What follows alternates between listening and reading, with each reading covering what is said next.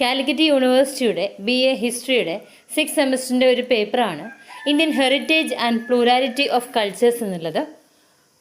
അതിൽ 5 മാർക്കിൻ്റെ ക്വസ്റ്റ്യൻസ് ആണ് നമ്മൾ നോക്കുന്നത്. ഫസ്റ്റ് വരുന്നത് ഡിസ്ക്രൈബ് ദ കൺസെപ്റ്റ് ഓഫ് വസുദൈവ കുടുംബകം.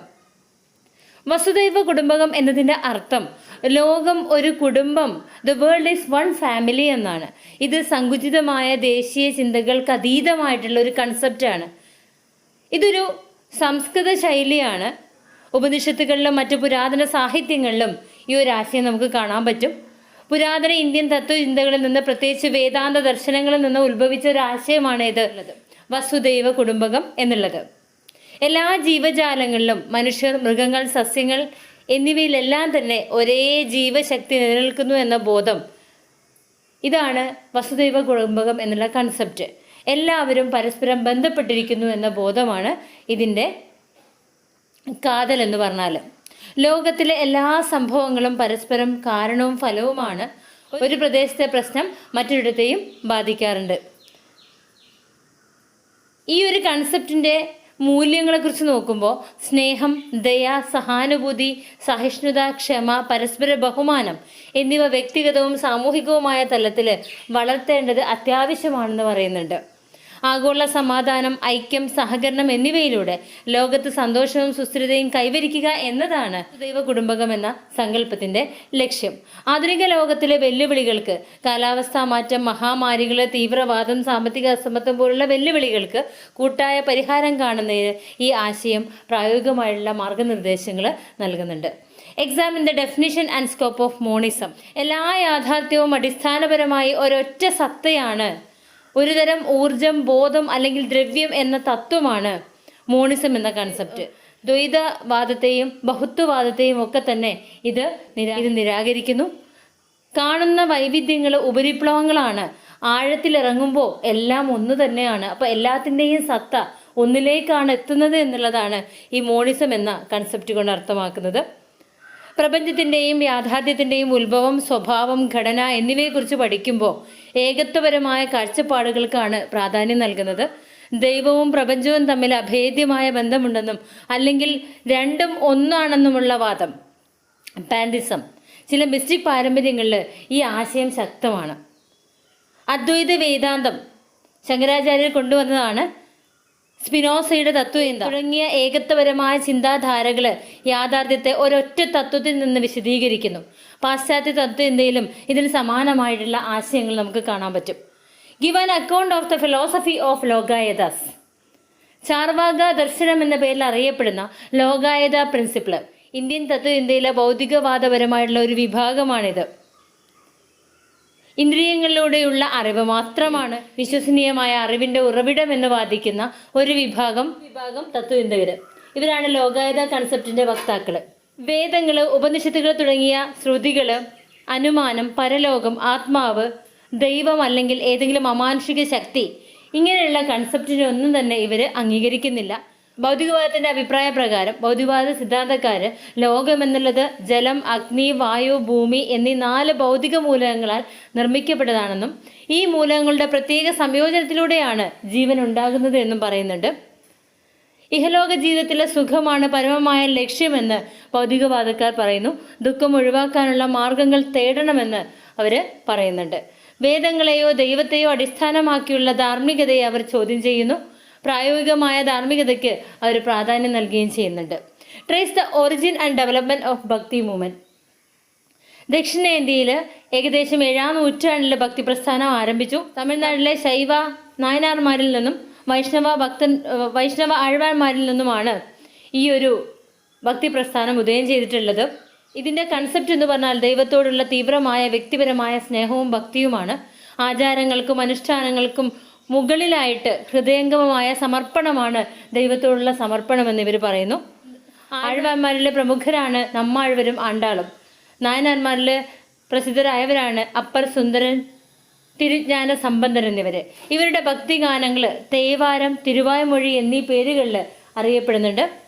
വടക്കേ ഇന്ത്യയിലേക്ക് 12ാം നൂറ്റാണ്ട് മുതൽ 17ാം നൂറ്റാണ്ട് വരെയുള്ള കാലഘട്ടത്തിൽ ഭക്തി പ്രസ്ഥാനം വ്യാപിച്ചു. ഇസ്ലാമിലെ സൂഫി പ്രസ്ഥാനത്തിൻ്റെ സ്വാധീനത്തോടു കൂടി ഭക്തി പ്രസ്ഥാനത്തിന് അതൊരു പ്രചോദനമായി മാറി. ദൈവത്തോടുള്ള സ്നേഹം, ലളിതമായ ജീവിതം, മനുഷ്യ സാഹോദര്യം എന്നിവ ഇരു വിഭാഗങ്ങളുടെയും പൊതുവായിട്ടുള്ള ആശയമായിരുന്നു. കബീർ, നാനാക്ക്, മീരാബായി, തുളസിദാസ്, സൂർദാസ് എന്നിവരായിരുന്നു പ്രധാനപ്പെട്ട ഭക്തകവികൾ. ഏകദൈവ വിശ്വാസം വിവിധ രൂപങ്ങളിൽ ആരാധിക്കാമെങ്കിലും ജാതി വ്യവസ്ഥയുടെ ശക്തമായിട്ടുള്ള തിരസ്കരണം, എല്ലാ മനുഷ്യരും ദൈവത്തിന് തുല്യരാണ് എന്ന് പഠിപ്പിച്ചു. സാധാരണ ഭാഷയിലുള്ളതായിരുന്നു ഇവരുടെ പ്രബോധനങ്ങൾ. പ്രാദേശിക ഭാഷകളായിട്ടുള്ള ഹിന്ദി, മറാത്തി, ബംഗാളി, തമിഴ് എന്നിവയും ഇവരുപയോഗിച്ചു. ഗുരുവിൻ്റെ പ്രാധാന്യത്തെക്കുറിച്ച് ഗുരുവിന് വളരെയധികം അവർ പ്രാധാന്യം നൽകുന്നുണ്ട്. ആത്മീയ മാർഗദർശിയായിട്ട് അവർ ഗുരുവിനെ കണ്ടു. ലളിതമായ ജീവിത രീതിക്കും സദാചാരത്തിനും അവർ പ്രാധാന്യം നൽകി. Write a short note on the idea of secular nationalism. മതേതര ദേശീയത എന്ന കൺസെപ്റ്റിൽ മതം രാഷ്ട്രീയത്തിൽ നിന്നും ഭരണത്തിൽ നിന്നും പൂർണ്ണമായും വേർതിരിക്കപ്പെടണം എന്നുള്ളതാണ്. രാഷ്ട്രം ഒരു പ്രത്യേക മതത്തിന് പ്രാധാന്യം നൽകരുത്. എല്ലാ മതങ്ങളെയും തുല്യമായി പരിഗണിക്കണം. വ്യക്തിപരമായ വിശ്വാസങ്ങൾക്ക് പ്രാധാന്യമുണ്ട്, എന്നാൽ അത് രാഷ്ട്ര നയത്തെ സ്വാധീനിക്കാൻ പാടില്ല. ഇന്ത്യൻ സ്വാതന്ത്ര്യസമര കാലത്ത് വളർന്നു വന്ന ഒരു പ്രധാനപ്പെട്ട ആശയമായിരുന്നു ഇത്. വിവിധ മതവിഭാഗങ്ങളെ ഒരുമിപ്പിച്ച് ബ്രിട്ടീഷ് ഭരണത്തിനെതിരെ പോരാടാൻ ഇത് സഹായിച്ചു. ഗാന്ധിജി, നെഹ്റു തുടങ്ങിയ നേതാക്കൾ ഈ ആശയത്തിന് പ്രാധാന്യം നൽകി. എല്ലാ മതവിഭാഗങ്ങൾക്കും തുല്യമായ അവകാശം ഉറപ്പാക്കുക, നിയമത്തിന് മുമ്പിൽ എല്ലാവരും തുല്യരാണ്, മതത്തിൻ്റെ അടിസ്ഥാനത്തിലുള്ള യാതൊരുവിധ വിവേചനവും ഇല്ലാതാക്കുക, വിവിധ മതവിശ്വാസങ്ങൾക്കിടയിൽ ഒരുമയും ദേശീയ സ്വത്വബോധവും വളർത്തുക എന്നിവയായിരുന്നു ഇതിൻ്റെ ലക്ഷ്യങ്ങൾ. ഇന്ത്യൻ ഭരണഘടനയുടെ ആമുഖത്തിൽ തന്നെ മതേതരത്വം ഒരു അടിസ്ഥാന തത്വമായിട്ട് പ്രഖ്യാപിക്കുന്നുണ്ട്.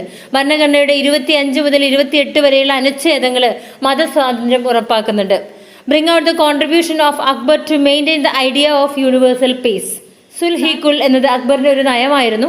സാർവത്രിക സമാധാനത്തിൻ്റെയും മതപരമായ സഹിഷ്ണുതയുടെയും നയമായിരുന്നു. എല്ലാ മതങ്ങളിലെയും നല്ല കാര്യങ്ങൾ ഉൾക്കൊള്ളുകയും ഒരു മതത്തോടും പ്രത്യേകമായ പക്ഷപാതം കാണിക്കാതിരിക്കുകയും ചെയ്യുക എന്നതായിരുന്നു ഈ നയത്തിൻ്റെ ലക്ഷ്യം.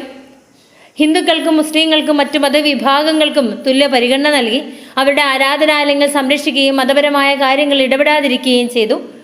ഫത്തേപൂർ സിക്രിയിൽ ഇബാദത്ത് ഖാന സ്ഥാപിച്ചു. വിവിധ മതപണ്ഡിതന്മാർ, മുസ്ലിം, ഹിന്ദു, ക്രിസ്ത്യൻ, പാഴ്സി, ജൈന പണ്ഡിതന്മാർ തമ്മിൽ അവരുടെ തത്വങ്ങളെക്കുറിച്ച് തുറന്ന ചർച്ചകൾ നടത്തി. ഇതിലൂടെ വിവിധ മതങ്ങളെക്കുറിച്ച് മനസ്സിലാക്കാനും നല്ല ആശയങ്ങൾ സ്വീകരിക്കാനും അദ്ദേഹം ശ്രമിച്ചു. മുസ്ലിം ഇതര വിഭാഗങ്ങളിൽ നിന്ന് ഈടാക്കിയിരുന്ന ജസിയ പോലുള്ള മതപരമായ നികുതികൾ 1564 നിർത്തലാക്കി. ഇത് എല്ലാ വിഭാഗം ജനങ്ങൾക്കും തുല്യത നൽകി. രജപുത്ര രാജാക്കന്മാരുമായി രാഷ്ട്രീയപരവും വ്യക്തിപരമായ സൗഹൃദം സ്ഥാപിച്ചു. അവരെ ഉയർന്ന സൈനിക ഭരണസ്ഥാനങ്ങളിൽ നിയമിച്ചു.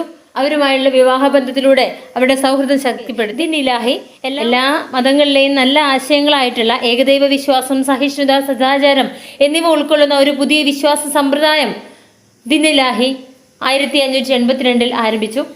എന്നാൽ ഇത് അക്ബറിൻ്റെ അടുത്ത അനുയായികളിൽ മാത്രം ഒതുങ്ങി നിന്നു. അതിനത്ര തന്നെ പ്രചാരം ലഭിച്ചിരുന്നില്ല. Examine the salient features of the Indian constitution. ലിഖിതവും വിപുലവുമായിട്ടുള്ള ഒരു ഭരണഘടനയാണ് ഇന്ത്യക്കുള്ളത്. ഇന്ത്യൻ ഭരണഘടന ഒരു പുസ്തക രൂപത്തിൽ എഴുതി തയ്യാറാക്കിയിട്ടുള്ളതാണ്. ലോകത്തിലെ ഏറ്റവും വലിയ ലിഖിത ഭരണഘടനകളിൽ ഒന്നാണ് ഇന്ത്യയുടെ ഭരണഘടന. ഇതിൽ 395 അനുച്ഛേദങ്ങളും 12 പട്ടികകളും നിരവധി ഭേദഗതികളും ഉൾക്കൊള്ളുന്നു. പാർലമെന്ററി ജനാധിപത്യ സമ്പ്രദായമാണ് ഇന്ത്യയിലുള്ളത്. ഇന്ത്യയിൽ തിരഞ്ഞെടുക്കപ്പെട്ട ജനപ്രതിനിധികൾ അടങ്ങുന്ന പാർലമെന്ററി സമ്പ്രദായമാണ് നിലവിലുള്ളത്. പ്രധാനമന്ത്രിയാണ് സർക്കാരിൻ്റെ തലവൻ എന്ന് പറഞ്ഞാൽ. ഭരണഘടനയുടെ 3-ാം ഭാഗത്തിൽ എല്ലാ പൗരന്മാർക്കും ഉറപ്പ് നൽകുന്ന മൗലിക അവകാശങ്ങൾ, അതായത് സമത്വത്തിനുള്ള അവകാശം, സ്വാതന്ത്ര്യത്തിനുള്ള അവകാശം, ചൂഷണത്തിനെതിരായ അവകാശം, മതസ്വാതന്ത്ര്യത്തിനുള്ള അവകാശം, സാംസ്കാരികവും വിദ്യാഭ്യാസപരമായ അവകാശം, ഭരണപരമായ പരിഹാരത്തിനുള്ള അവകാശം ഇവ ഉൾക്കൊള്ളുന്നുണ്ട്. ഭരണഘടനയുടെ 4-ാം ഭാഗത്തിൽ രാഷ്ട്രം നടപ്പാക്കേണ്ട ചില നിർദ്ദേശക തത്വങ്ങൾ, സാമൂഹികവും സാമ്പത്തികവുമായ നീതി ഉറപ്പാക്കൽ, ഗ്രാമപഞ്ചായത്തുകളുടെ രൂപീകരണം, പരിസ്ഥിതി സംരക്ഷണം എന്നിങ്ങനെയുള്ള നിർദ്ദേശക തത്വങ്ങൾ ഉൾക്കൊള്ളുന്നുണ്ട്. ഇവ കോടതികൾക്ക് നടപ്പിലാക്കാൻ കഴിയില്ലെങ്കിലും ഭരണനിർവഹണത്തിൽ പ്രധാനമാണ്. 1976 42-ാം ഭേദഗതിയിലൂടെ കൂട്ടിച്ചേർത്ത ഈ ഭാഗങ്ങൾ ഓരോ പൗരനും രാഷ്ട്രത്തോടുള്ള ചില അടിസ്ഥാന കടമകൾ, അതായത് ഭരണഘടനയെ ബഹുമാനിക്കുക, ദേശീയ പതാകയെയും ദേശീയ ഗാനത്തെയും ആദരിക്കുക, പൊതുസ്വത്ത് സംരക്ഷിക്കുക എന്നിവയെല്ലാം ഇതിൽ ഉൾപ്പെടുന്നുണ്ട്. സംയുക്ത ഭരണ സമ്പ്രദായമാണ് ഇന്ത്യയിലുള്ളത്. ഇന്ത്യക്ക് ഒരു കേന്ദ്ര സർക്കാരും സംസ്ഥാന സർക്കാരുകളുമുണ്ട്. അധികാര വിഭജനം ഭരണഘടനയിൽ വ്യക്തമായിട്ട് നിർവഹിച്ചു വെച്ചിട്ടുള്ളതാണ്. രാഷ്ട്രത്തിന് ഒരു ഔദ്യോഗിക മതമില്ല. എല്ലാ മതങ്ങളെയും തുല്യമായി പരിഗണിക്കുകയും മതസ്വാതന്ത്ര്യം ഉറപ്പാക്കുകയും ചെയ്യുന്ന ഒരു ഭരണഘടനയാണ് ഇന്ത്യക്കുള്ളത്. ഭരണഘടനയുടെ സംരക്ഷകരായ സ്വതന്ത്രരായ ഒരു നീതിന്യായ വ്യവസ്ഥ, സുപ്രീം കോടതി, ഹൈക്കോടതി, കീഴ്ക്കോടതികൾ എന്നിവ അടങ്ങിയ ഒരു നീതിന്യായ വ്യവസ്ഥ ഇന്ത്യയിൽ നിലവിലുണ്ട്. ഭരണഘടന ഭേദഗതി ചെയ്യാനുള്ള വ്യവസ്ഥ. ഭരണഘടനയിൽ കാലാനുസൃതമായ മാറ്റങ്ങൾ വരുത്തുന്നതിന് ഭേദഗതികൾ വരുത്താൻ വ്യവസ്ഥയുണ്ട്. എന്നാൽ ഭരണഘടനയുടെ അടിസ്ഥാന ഘടനയെ മാറ്റാൻ കഴിയില്ല. സാർവത്രിക പ്രായപൂർത്തി വോട്ടവകാശം. 18 വയസ്സ് പൂർത്തിയായ എല്ലാ പൗരന്മാർക്കും വോട്ട് ചെയ്യാനുള്ള അവകാശം ഭരണഘടന ഉറപ്പാക്കുന്നുണ്ട്. Discuss the social activities of Ayyankali to the emancipation of depressed classes. Sadhujana Paripalana സംഘം സ്ഥാപിച്ചു. 1907 സാധുജന പരിപാലന സംഘം രൂപീകരിക്കപ്പെട്ടത്. താഴ്ന്ന ജാതിക്കാരുടെ സാമൂഹികവും വിദ്യാഭ്യാസപരവും സാമ്പത്തികവുമായ ഉന്നമനത്തിനായിട്ട് ഈ സംഘടന സ്ഥാപിച്ചു. അവർണരുടെ അവകാശങ്ങൾക്ക് വേണ്ടി ഇത് ശക്തമായിട്ട് പോരാടി. അവർണ വിദ്യാർത്ഥികളുടെ വിദ്യാഭ്യാസത്തിന് വേണ്ടി പോരാടി. താഴ്ന്ന ജാതിയിലെ കുട്ടികൾക്ക് സ്കൂളുകളിൽ പ്രവേശനം നിഷേധിച്ചിരുന്ന കാലത്ത് അതിനെതിരെ ശക്തമായ പ്രക്ഷോഭങ്ങൾ നടത്തി. ഇതിന്റെ ഫലമായി പല സ്കൂളുകളും അവർണർക്കായിട്ട് തുറന്നു. പുലയർ പോലുള്ള താഴ്ന്ന ജാതിയിലെ സ്ത്രീകൾ ജാതിയുടെ അടയാളമായി കഴുത്തിൽ ധരിച്ചിരുന്ന കല്ലുമാല ഉപേക്ഷിച്ച് പ്രതിഷേധിച്ചു. ഇത് അവരുടെ സാമൂഹികമായ വിലപേശ ശക്തി വർദ്ധിപ്പിച്ചു. 1893 വില്ലുവണ്ടി സമരം നടന്നു. അവർണർക്ക് പൊതുവഴിയിലൂടെ സഞ്ചരിക്കാനുള്ള അവകാശം നിഷേധിച്ചിരുന്ന കാലത്ത് അയ്യങ്കാളി ഒരു വില്ലുവണ്ടിയിൽ യാത്ര ചെയ്ത് പ്രതിഷേധിച്ചു. ഇത് ജാതി മേധാവിത്വത്തിനെതിരായ ഒരു ധീരമായ മുന്നേറ്റമായിരുന്നു. തൊഴിൽ സമരങ്ങൾക്ക് നേതൃത്വം നൽകി. കർഷക തൊഴിലാളികളുടെ കൂലി വർധനവിനും മെച്ചപ്പെട്ട തൊഴിൽ സാഹചര്യങ്ങൾക്കും വേണ്ടി അദ്ദേഹം നിരവധി സമരങ്ങൾക്ക് നേതൃത്വം നൽകി. ജാതി വിവേചനത്തിനെതിരെ ശബ്ദമുയർത്തി. എല്ലാ തരത്തിലുമുള്ള സാമൂഹിക അസമത്വങ്ങളെയും അയിത്തങ്ങളെയും അദ്ദേഹം ശക്തമായിട്ട് എതിർക്കുകയും അതിനെതിരെ പോരാടുകയും ചെയ്തു. ക്ഷേത്രപ്രവേശന പ്രസ്ഥാനങ്ങൾക്ക് പിന്തുണ നൽകി. താഴ്ന്ന ജാതിക്കാർക്ക് ക്ഷേത്രങ്ങളിലെ പ്രവേശനം നേടാനുള്ള പ്രസ്ഥാനങ്ങൾക്ക് അദ്ദേഹം പിന്തുണയ്ക്കുകയും പ്രോത്സാഹിപ്പിക്കുകയും ചെയ്തു. രാഷ്ട്രീയപരമായ മുന്നേറ്റങ്ങൾക്ക് ശ്രമിച്ചു. ശ്രീമൂലം പ്രജാസഭയിൽ അംഗമായിരുന്ന അദ്ദേഹം താഴ്ന്ന ജാതിക്കാരുടെ പ്രശ്നങ്ങൾ അവിടെ ഉന്നയിക്കുകയും അവർക്ക് രാഷ്ട്രീയപരമായ പ്രാതിനിധ്യം ഉറപ്പാക്കാൻ ശ്രമിക്കുകയും ചെയ്തു. Write a note on the idea of tattvamasi. തത്വമസി എന്നതിൻ്റെ അർത്ഥം അത് നീയാകുന്നു എന്നതാണ്. ഇത് ഉപനിഷത്തുകളിൽ ഏറ്റവും പ്രധാനപ്പെട്ട ചാന്തോക്യ ഉപനിഷത്തിൽ നിന്ന് എടുത്തിട്ടുള്ളതാണ്. വേദാന്ത ദർശനത്തിന്റെ, പ്രത്യേകിച്ച് അദ്വൈത വേദാന്തത്തിന്റെ അടിസ്ഥാനപരമായുള്ള ഒരു ആശയമാണിത്. വ്യക്തിഗത ആത്മാവ് പരമാത്മാവായ ബ്രഹ്മത്തിൽ നിന്ന് ഭിന്നമല്ല. രണ്ടും അടിസ്ഥാനപരമായി ഒന്നു തന്നെയാണ്. അജ്ഞാനം കാരണമാണ് ഈ വേർതിരിവ് അനുഭവപ്പെടുന്നത് എന്ന് പറയുന്നുണ്ട്. അതായത് ശങ്കരാചാര്യരുടെ അദ്വൈത വേദാന്തത്തിന്റെ പ്രധാന തത്വമാണ് തത്വമസി എന്നുള്ളത്. ലോകം മിഥ്യയാണെന്നും ബ്രഹ്മം മാത്രമാണ് സത്യമെന്നും ഈ ദർശനം പഠിപ്പിക്കുന്നു. ജീവാത്മാവ് ബ്രഹ്മാവാണെന്നുള്ള തിരിച്ചറിവാണ് മോക്ഷമെന്ന് പറയുന്നുണ്ട്. ഈ ഏകത്വം തിരിച്ചറിഞ്ഞ് അജ്ഞാനം ഇല്ലാതാക്കുകയും മോക്ഷം നേടുകയും ചെയ്യുക എന്നതാണ് ഈ തത്വത്തിന്റെ ആത്യന്തികമായ ലക്ഷ്യമെന്ന് പറഞ്ഞാൽ. How far multiculturalism help to the formation of early India. Sindhu നദീതട സംസ്കാരത്തിൽ വ്യത്യസ്ത ജനവിഭാഗങ്ങളും അവരുടെ ആചാരങ്ങളും നിലനിന്നിരുന്നു.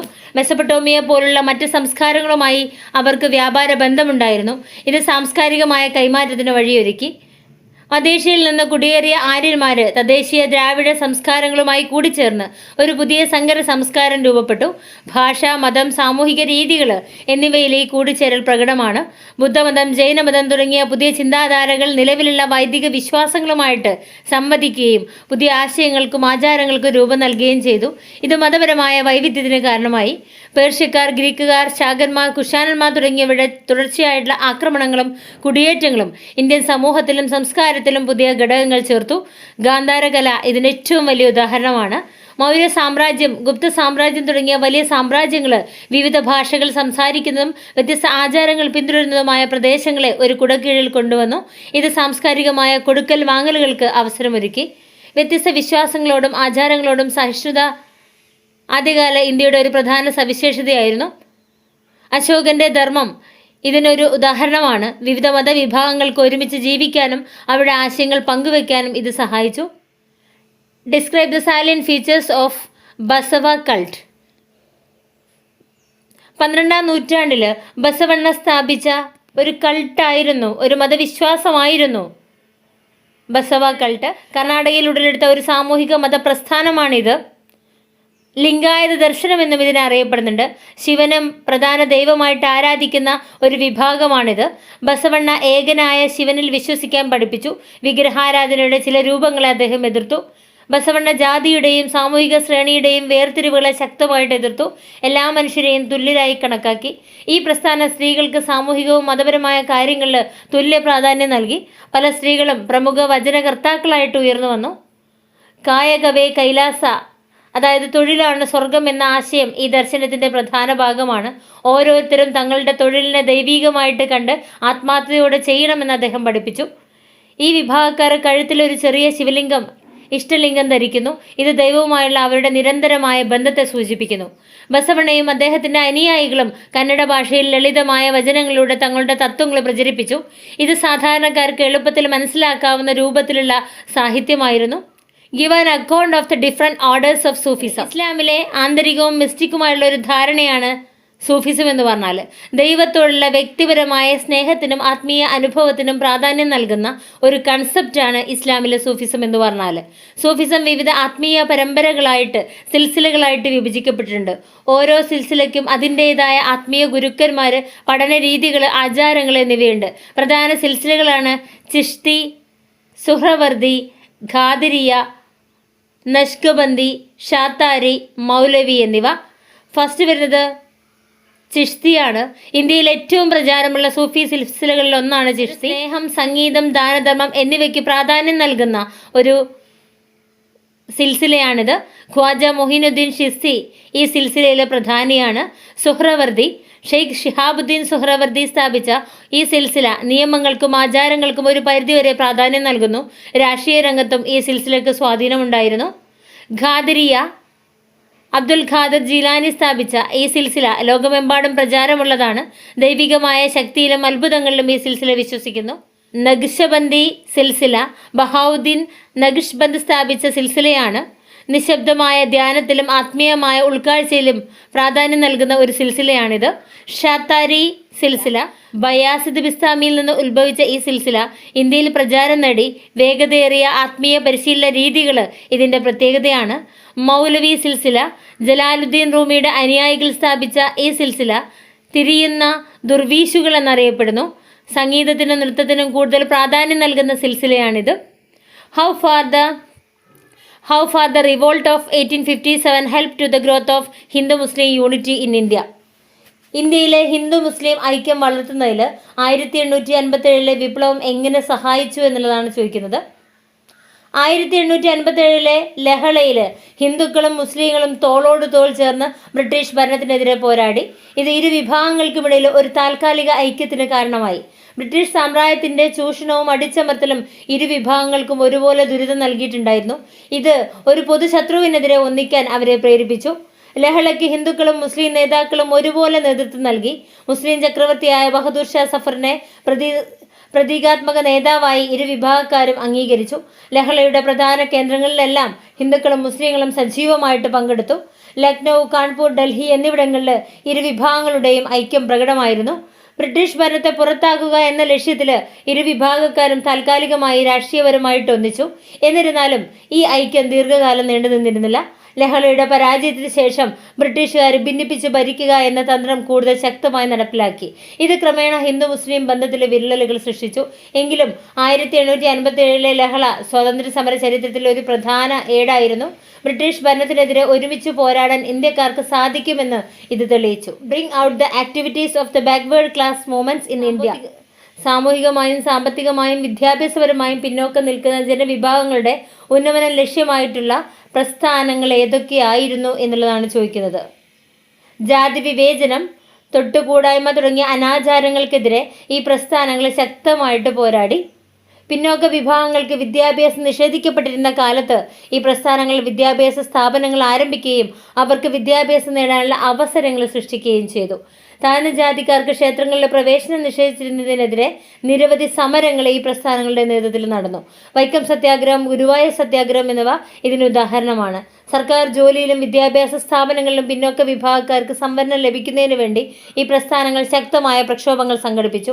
പിന്നോക്ക വിഭാഗങ്ങളുടെ അവകാശങ്ങളെക്കുറിച്ചും അവർ അനുഭവിക്കുന്ന വിവേചനങ്ങളെക്കുറിച്ചും സമൂഹത്തിൽ അവബോധം സൃഷ്ടിക്കാൻ ഈ പ്രസ്ഥാനങ്ങൾ നിരന്തരമായി പ്രവർത്തിച്ചു. പിന്നോക്ക വിഭാഗങ്ങൾക്ക് രാഷ്ട്രീയപരമായ പ്രാതിനിധ്യം ഉറപ്പാക്കുന്നതിനായി ഈ പ്രസ്ഥാനങ്ങൾ രാഷ്ട്രീയ പാർട്ടികൾ രൂപീകരിക്കുകയും തിരഞ്ഞെടുപ്പുകളിൽ മത്സരിക്കുകയും ചെയ്തു. പിന്നോക്ക വിഭാഗങ്ങളുടെ സാമ്പത്തിക ഉന്നമനത്തിനായി സ്വയം സഹായക സംഘങ്ങൾ രൂപീകരിക്കുന്നതിനും ഈ പ്രസ്ഥാനങ്ങൾ മുൻകൈയെടുത്തു. ഈ പ്രസ്ഥാനങ്ങൾക്ക് നേതൃത്വം നൽകിയ പ്രധാന വ്യക്തികളിൽ ചിലർ Jyotirao Phule, Savitrirao Phule, Narayana Guru, Ayyankali, Periyar E V Ramaswamy, doctor BR Ambedkar എന്നിവരായിരുന്നു. Discuss the major threads of the principles of secularism. മതത്തെ രാഷ്ട്രീയ ലക്ഷ്യങ്ങൾക്ക് വേണ്ടി ഉപയോഗിക്കുകയും ഒരു മതവിഭാഗത്തെ മറ്റുള്ളവർക്കെതിരെ തിരിക്കുകയും ചെയ്യുന്നത് മതേതരത്വത്തിന് ഏറ്റവും വലിയ ഭീഷണിയാണ്. മതഗ്രന്ഥങ്ങളെ അന്ധമായി പിന്തുടരുകയും മറ്റു മതങ്ങളെയും വിശ്വാസങ്ങളെയും അംഗീകരിക്കാതിരിക്കുകയും ചെയ്യുന്നത് സമൂഹത്തിൽ ഭിന്നതയുണ്ടാക്കുകയും മതേതരത്വത്തിന് വെല്ലുവിളി ഉയർത്തുകയും ചെയ്യും. രാഷ്ട്രീയ പാർട്ടികൾ വോട്ട് നേടുന്നതിനു വേണ്ടി മതപരമായ വിഷയങ്ങളെ മുൻനിർത്തി പ്രചാരണം നടത്തുകയും ജനങ്ങളെ മതത്തിന്റെ അടിസ്ഥാനത്തിൽ വിഭജിക്കുകയും ചെയ്യുന്നത് മതേതരത്വത്തിന്റെ അന്തസത്തയെ ചോദ്യം ചെയ്യുന്നു. ഒരു പ്രത്യേക മതത്തിന് ഭൂരിപക്ഷം ലഭിക്കുകയും അവരുടെ താല്പര്യങ്ങൾക്ക് പ്രാധാന്യം നൽകുകയും ന്യൂനപക്ഷങ്ങളുടെ അവകാശങ്ങളെ അവഗണിക്കുകയും ചെയ്യുന്നത് മതേതരത്വത്തിനെതിരാണ്. സർക്കാർ സ്ഥാപനങ്ങളെ ഒരു പ്രത്യേക മതത്തിന്റെ താല്പര്യങ്ങൾക്കായിട്ട് ഉപയോഗിക്കുകയോ അല്ലെങ്കിൽ മതപരമായ ആചാരങ്ങൾക്ക് പ്രാധാന്യം നൽകുകയോ ചെയ്യുന്നത് മതേതരത്വത്തിന്റെ തത്വങ്ങൾക്ക് വിരുദ്ധമാണ്. വ്യത്യസ്ത മതവിശ്വാസങ്ങൾ പരസ്പരം ബഹുമാനിക്കാതെയും അവരുടെ വിശ്വാസങ്ങളെ അംഗീകരിക്കാതെയും വരുമ്പോൾ സമൂഹത്തിൽ സംഘർഷങ്ങൾ ഉണ്ടാകുകയും മതേതരത്വത്തിന് ഭീഷണി നേരിടുകയും ചെയ്യുന്നുണ്ട്. Assess the role of Vaikundaswamikal to the emergence of social renaissance in Kerala. ജാതി വിവേചനത്തിനെതിരായുള്ള പോരാട്ടത്തിൽ വൈകുണ്ഠസ്വാമികൾ വളരെയധികം പങ്കുവഹിച്ചിട്ടുണ്ട്. ജാതി വ്യവസ്ഥയും തൊട്ടുകൂടായ്മയും ശക്തമായി എതിർത്തു. എല്ലാ മനുഷ്യരെയും തുല്യരായി കാണണമെന്ന് അദ്ദേഹം പഠിപ്പിച്ചു. സമത്വ സമാജം 1836 അദ്ദേഹം സ്ഥാപിച്ചു. എല്ലാ ജാതിയിലുള്ളവരെയും ഒരുമിപ്പിക്കുക എന്ന ലക്ഷ്യത്തോടെയാണ് ഈ ഒരു സമാജം സ്ഥാപിക്കപ്പെട്ടത്. ഇത് സാമൂഹിക പരിഷ്കരണ പ്രസ്ഥാനങ്ങൾക്ക് ഒരു തുടക്കമായിരുന്നു. മിശ്ര ഭോജനത്തിന് അദ്ദേഹം പ്രാധാന്യം നൽകി. ജാതിയുടെ പേരിലുള്ള വേർതിരിവുകൾ ഇല്ലാതാക്കുന്നതിന് വേണ്ടിയാണ് മിശ്രഭോജനം സംഘടിപ്പിച്ചത്. താഴ്ന്ന ജാതിക്കാർക്ക് ക്ഷേത്രങ്ങളിലെ പ്രവേശനം നിഷേധിച്ചതിനെതിരെ അദ്ദേഹം ശബ്ദമുയർത്തി. ഇതിലൂടെ അവർക്ക് ആരാധനാ സ്വാതന്ത്ര്യം ലഭിക്കാൻ ഒരു പരിധിവരെ സഹായിച്ചു. സമൂഹത്തിൽ നിലനിന്നിരുന്ന അന്ധവിശ്വാസങ്ങളെയും അനാചാരങ്ങളെയും അദ്ദേഹം ചോദ്യം ചെയ്യുകയും അവയ്ക്കെതിരെ ജനങ്ങളെ ബോധവാന്മാരാക്കുകയും ചെയ്തു. സ്ത്രീകളുടെ തുല്യതയ്ക്കും അവരുടെ അവകാശങ്ങൾക്കും വേണ്ടി അദ്ദേഹം വാദിച്ചു. വൈകുണ്ഠസ്വാമി സ്ഥാപിച്ച അയ്യാ വഴി സാമൂഹിക സമത്വത്തിനും മനുഷ്യ സാഹോദര്യത്തിനും പ്രാധാന്യം നൽകി. ഇത് അനേകം പേരെ സാമൂഹിക മാറ്റത്തിന് പ്രേരിപ്പിച്ചു. അന്നത്തെ സാമൂഹിക വ്യവസ്ഥിതിയിൽ നിലനിന്നിരുന്ന നിർബന്ധിത വേലയ്ക്കെതിരെ അദ്ദേഹം ശക്തമായി പ്രതിഷേധിച്ചു. വൈകുണ്ഠസ്വാമികളുടെ ഈ പ്രവർത്തനങ്ങൾ കേരളത്തിൽ ഒരു സാമൂഹിക നവോത്ഥാനത്തിന് തുടക്കം കുറിക്കുന്നതിൽ നിർണായക പങ്കുവഹിച്ചു. അദ്ദേഹത്തിന്റെ ആശയങ്ങളും പ്രവൃത്തികളും പിൽക്കാലത്ത് വന്ന സാമൂഹിക പരിഷ്കർത്താക്കൾക്ക് പ്രചോദനമായി മാറി. Describe the definition and scope of pluralism. ഒരു സമൂഹം വിവിധ ചിന്താഗതികൾ, വിശ്വാസങ്ങൾ, സംസ്കാരങ്ങൾ, രാഷ്ട്രീയ നിലപാടുകൾ എന്നിവയെ അംഗീകരിക്കുകയും അവയുടെ സഹവർത്തിത്വത്തെ പ്രോത്സാഹിപ്പിക്കുകയും ചെയ്യുന്ന അവസ്ഥയാണ് ബഹുസ്വരത എന്ന് പറയുക. വൈവിധ്യത്തെ അംഗീകരിക്കുകയും ബഹുമാനിക്കുകയും ചെയ്യുക എന്നതാണ് ബഹുസ്വരതയുടെ അടിസ്ഥാനം. ഏകത്വത്തിന് പകരം വൈവിധ്യത്തിന് ഊന്നൽ നൽകുന്നു. രാഷ്ട്രീയപരമായ ബഹുസ്വരതയിൽ വിവിധ രാഷ്ട്രീയ പാർട്ടികൾക്കും പ്രത്യയശാസ്ത്രങ്ങൾക്കും തിരഞ്ഞെടുപ്പുകളിൽ മത്സരിക്കാനും ഭരണത്തിൽ പങ്കാളികളാകാനും അവസരം ലഭിക്കുന്നു. സാംസ്കാരിക ബഹുസ്വരതയിൽ വ്യത്യസ്ത ഭാഷകൾ, മതങ്ങൾ, പാരമ്പര്യങ്ങൾ, വംശീയ വിഭാഗങ്ങൾ എന്നിവ ഒരു സമൂഹത്തിൽ സമാധാനപരമായി നിലനിൽക്കുന്നു. തത്വചിന്താപരമായ ബഹുസ്വരതയിൽ വിവിധ തത്വചിന്താപരമായ കാഴ്ചപ്പാടുകൾക്കും സിദ്ധാന്തങ്ങൾക്കും അംഗീകാരം ലഭിക്കുകയും അവ തമ്മിൽ സംവാദങ്ങൾ നടക്കുകയും ചെയ്യുന്നു. മതപരമായ ബഹുസ്വരതയിൽ വ്യത്യസ്ത മതവിശ്വാസങ്ങൾക്ക് അവരുടെ വിശ്വാസങ്ങൾക്കനുസരിച്ച് ജീവിക്കാനും ആരാധന നടത്താനും സ്വാതന്ത്ര്യമുണ്ട്. ഒരു മതത്തിനും മറ്റുള്ളവരുടെ മേൽ ആധിപത്യം സ്ഥാപിക്കാൻ കഴിയില്ല.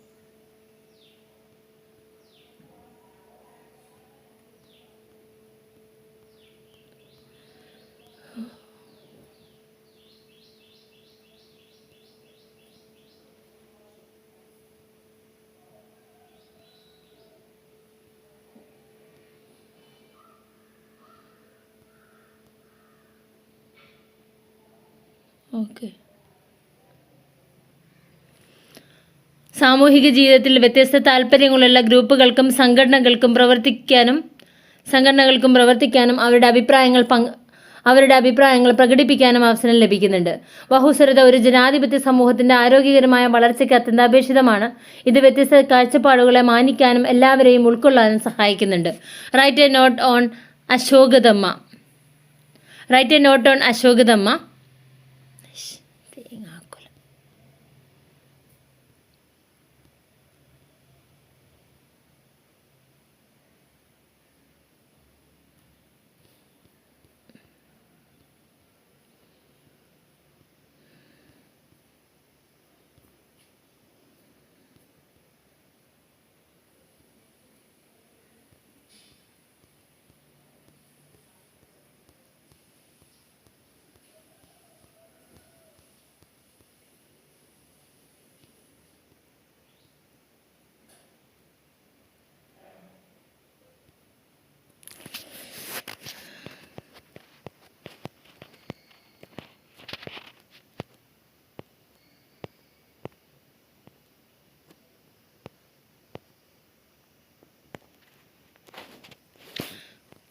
Right a note on Ashokadhamma. അശോകധമ്മം മൗര്യ ചക്രവർത്തിയായ അശോകൻ തൻ്റെ ഭരണകാലത്ത് BC 268 മുതൽ 232 വരെയുള്ള കാലഘട്ടത്തിൽ പ്രചരിപ്പിച്ച ധാർമ്മിക തത്വങ്ങളുടെ ഒരു കൂട്ടായ്മയാണ് അശോകധർമ്മം. കലിംഗ യുദ്ധത്തിലെ രക്തച്ചൊരിച്ചിൽ അശോകനെ മാനസികമായിട്ട് പരിവർത്തനം ചെയ്യുക അദ്ദേഹത്തെ മാനസികമായിട്ട് പരിവർത്തനം വരുത്തുകയും അദ്ദേഹം ബുദ്ധമതം സ്വീകരിക്കുകയും ചെയ്തു. അശോകധമ്മത്തിലെ പല തത്വങ്ങളും ബുദ്ധമതത്തിൽ നിന്ന് പ്രചോദനം ഉൾക്കൊണ്ടവയാണ്.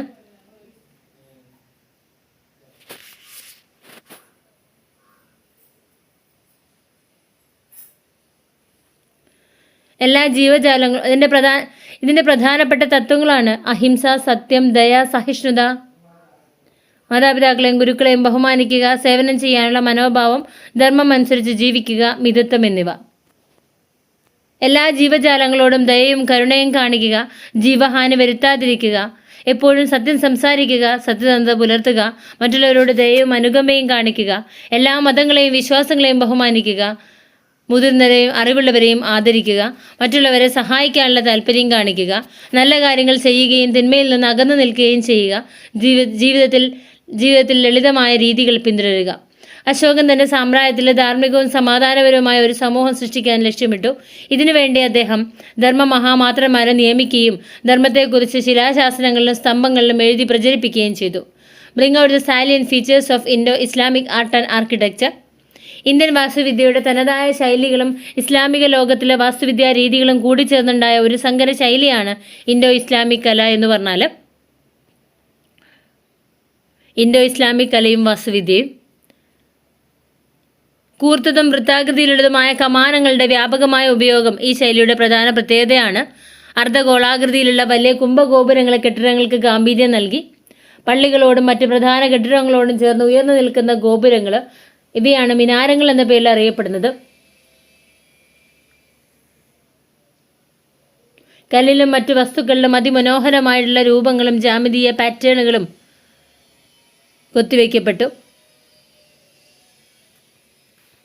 ഇസ്ലാമിക കലയിലെ പ്രധാന ഘടകമായ ജാമിതീയ രൂപങ്ങൾ കെട്ടിടങ്ങളുടെ അലങ്കാരത്തിനു വേണ്ടി ഉപയോഗിച്ചു. ഖുർആനിലെ വാക്യങ്ങളും മറ്റ് അറബി പേർഷ്യൻ ലിഖിതങ്ങളും കെട്ടിടങ്ങളിൽ ആലേഖനം ചെയ്തു. ഇസ്ലാമിക പാരമ്പര്യമനുസരിച്ച് മനുഷ്യരൂപങ്ങളുടെ ചിത്രീകരണം ഒഴിവാക്കുന്നതുകൊണ്ട് ചുവർ ചിത്രീകരണങ്ങൾ താരതമ്യേന കുറവായിരുന്നു. കെട്ടിടങ്ങളോടനുബന്ധിച്ച് മനോഹരമായ ഉദ്യാനങ്ങൾ നിർമ്മിക്കുന്നത് ഈ ശൈലിയുടെ ഒരു പ്രധാന ഭാഗമായിരുന്നു. ഉദാഹരണത്തിന് താജ്മഹലിൻ്റെ ഉദ്യാനം ജലധാരകളും കുളങ്ങളും കെട്ടിടങ്ങളും ഭംഗി വർദ്ധിപ്പിക്കാനും അന്തരീക്ഷം തണുപ്പിക്കാനും ഉപയോഗിച്ചു. വെള്ളം, ജലധാരകളും കുളങ്ങളും കെട്ടിടങ്ങളുടെ ഭംഗി വർദ്ധിപ്പിക്കാനും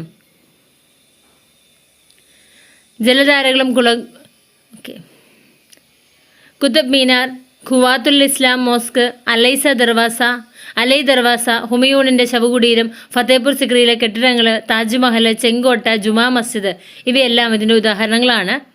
assess the role of Gandhi on Hindu Muslim unity. Hindu മുസ്ലിം ഐക്യത്തിനു വേണ്ടി മഹാത്മാഗാന്ധി ഇന്ത്യൻ സ്വാതന്ത്ര്യ സമരത്തിൽ വളരെയധികം പ്രാധാന്യം നൽകി. മഹാത്മാഗാന്ധി സ്വാതന്ത്ര്യ സമരത്തിൽ ഹിന്ദു മുസ്ലിം ഐക്യത്തിന് വളരെയധികം പ്രാധാന്യം നൽകി. ഇന്ത്യയെ സ്വതന്ത്രമാക്കുന്നതിന് ഇരു വിഭാഗങ്ങളുടെയും സഹകരണം അനിവാര്യമാണെന്ന് അദ്ദേഹം വിശ്വസിച്ചു. തുർക്കിയിലെ ഖിലാഫത്തിനെ പിന്തുണച്ചുകൊണ്ട് ഇന്ത്യയിലെ മുസ്ലിങ്ങൾ ആരംഭിച്ച ഖിലാഫത്ത് പ്രസ്ഥാനത്തിന് ഗാന്ധിജി പിന്തുണ നൽകി. ഇത് ഹിന്ദുക്കളും മുസ്ലിങ്ങളും ഒരുമിച്ച് ഒരു പൊതുവിഷയത്തിൽ പ്രവർത്തിക്കാൻ സഹായിച്ചു. നിസ്സഹകരണ പ്രസ്ഥാനം പോലുള്ള ഗാന്ധിജിയുടെ നേതൃത്വത്തിലുള്ള ദേശീയ സമരങ്ങളിൽ ഹിന്ദുക്കളും മുസ്ലിങ്ങളും വലിയ തോതിൽ പങ്കെടുത്തു. ഗാന്ധിജി മുസ്ലിം നേതാക്കളുമായി അടുത്ത സൗഹൃദ ബന്ധം പുലർത്തുകയും ഇരു വിഭാഗങ്ങൾക്കിടയിലെ തെറ്റിദ്ധാരണകൾ ഇല്ലാതാക്കാൻ ശ്രമിക്കുകയും ചെയ്തു. ഗാന്ധിജി തന്റെ പ്രാർത്ഥനാ യോഗങ്ങളിൽ എല്ലാ മതങ്ങളിലെയും പ്രാർത്ഥനകളും വചനങ്ങളും ഉൾപ്പെടുത്തി. ഇത് എല്ലാ മതങ്ങളോടുമുള്ള അദ്ദേഹത്തിന്റെ ബഹുമാനം പ്രകടമാക്കി. ഇന്ത്യയുടെ വിഭജനത്തെ ഗാന്ധിജി ശക്തമായി എതിർത്തു. ഹിന്ദുക്കളും മുസ്ലിങ്ങളും ഒരുമിച്ച് ജീവിക്കേണ്ടവരാണെന്ന് അദ്ദേഹം ഉറച്ചു വിശ്വസിച്ചു. എന്നിരുന്നാലും ഗാന്ധിജിയുടെ തീവ്രമായ ശ്രമങ്ങൾക്കിടയിലും ഇന്ത്യ വിഭജിക്കപ്പെട്ടു. ഇതിന് പല കാരണങ്ങളും ഉണ്ടായിരുന്നു. ചില മുസ്ലിം നേതാക്കളുടെ പ്രത്യേക രാഷ്ട്രവാദവും ബ്രിട്ടീഷുകാരുടെ ഭിന്നിപ്പിച്ച് ഭരിക്കുക എന്ന തന്ത്രവും ഇതിൽ പ്രധാന പങ്കുവഹിച്ചു. എങ്കിലും ഹിന്ദു മുസ്ലിം ഐക്യത്തിനു വേണ്ടി ഗാന്ധിജി നടത്തിയ ശ്രമങ്ങൾ എക്കാലത്തും ഓർമ്മിക്കപ്പെടുന്നതാണ്. Examine the development of modern education in Kerala. 19ാം നൂറ്റാണ്ടിലെ ക്രിസ്ത്യൻ മിഷണറിമാർ കേരളത്തിൽ ആധുനിക വിദ്യാഭ്യാസത്തിന് തുടക്കം കുറിച്ചു. അവർ നിരവധി സ്കൂളുകളും കോളേജുകളും സ്ഥാപിച്ചു. എല്ലാ വിഭാഗം ജനങ്ങൾക്കും വിദ്യാഭ്യാസം നൽകുക എന്നതായിരുന്നു അവരുടെ ലക്ഷ്യം.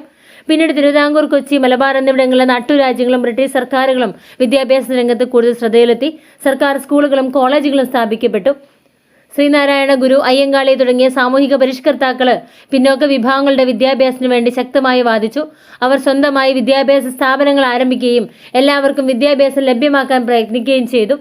20-ാം നൂറ്റാണ്ടിൽ കേരളത്തിൽ സാക്ഷരതാ പ്രസ്ഥാനം ശക്തമായി മുന്നോട്ടു പോയി. ഇതിന്റെ ഫലമായിട്ട് കേരളം ഇന്ത്യയിലെ ഏറ്റവും ഉയർന്ന സാക്ഷരതയുള്ള സംസ്ഥാനമായി മാറി. സ്വാതന്ത്ര്യത്തിനു ശേഷം കേരള സർക്കാർ വിദ്യാഭ്യാസത്തിന് വളരെയധികം പ്രാധാന്യം നൽകി. സൗജന്യവും നിർബന്ധിതവുമായ വിദ്യാഭ്യാസം നടപ്പിലാക്കി.